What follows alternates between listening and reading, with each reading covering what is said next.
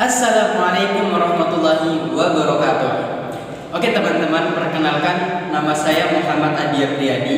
Saya merupakan salah satu mahasiswa dari Sekolah Tinggi Keguruan dan Ilmu Pendidikan Taman Siswa 5. Dan saya adalah mahasiswa dari program studi pendidikan guru sekolah dasar semester 4 kelas A.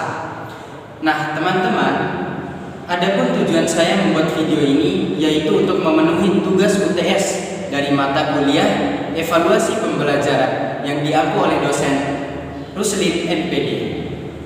Oke teman-teman, pada video kali ini saya akan membahas sebuah materi yang berjudul tes bentuk uraian.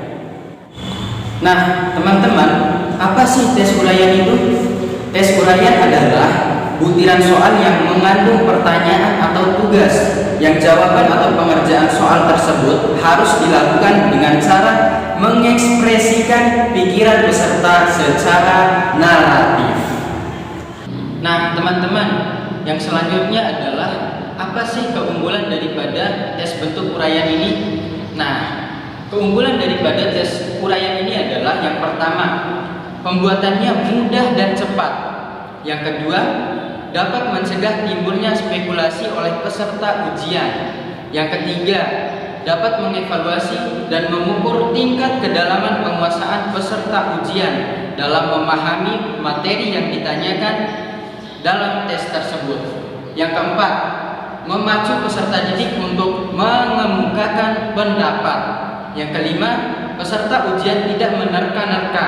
Yang keenam, ketepatan dan kebenaran tes dapat dilihat dari kalimat-kalimatnya.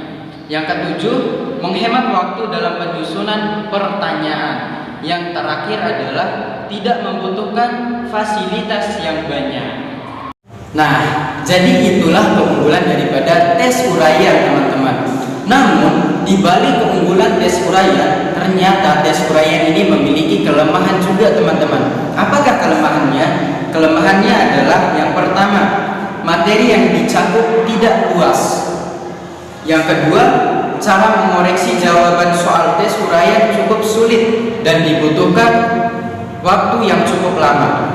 Yang ketiga, guru sering terkecoh dalam memberikan nilai. Ada kecenderungan guru untuk memberikan nilai. Yang keempat, jawaban tidak bisa dikoreksi oleh orang lain kecuali yang menyusun soal tersebut.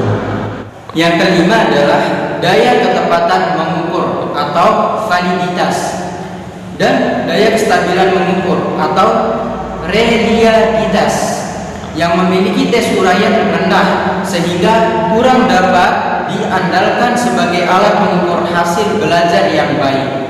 Kemudian yang keenam, nilai pada suatu butir mempengaruhi nilai pada butir selanjutnya. Dan yang terakhir adalah kurangnya kemampuan peserta didik dalam memahami isi atau kurang konsisten dalam menerjemahkan suatu butir soal sehingga tes yang diberikan tidak sesuai dengan keadaan yang sebenarnya. Nah, jadi ternyata di balik kelebihan ada kelemahannya teman-teman sekalian.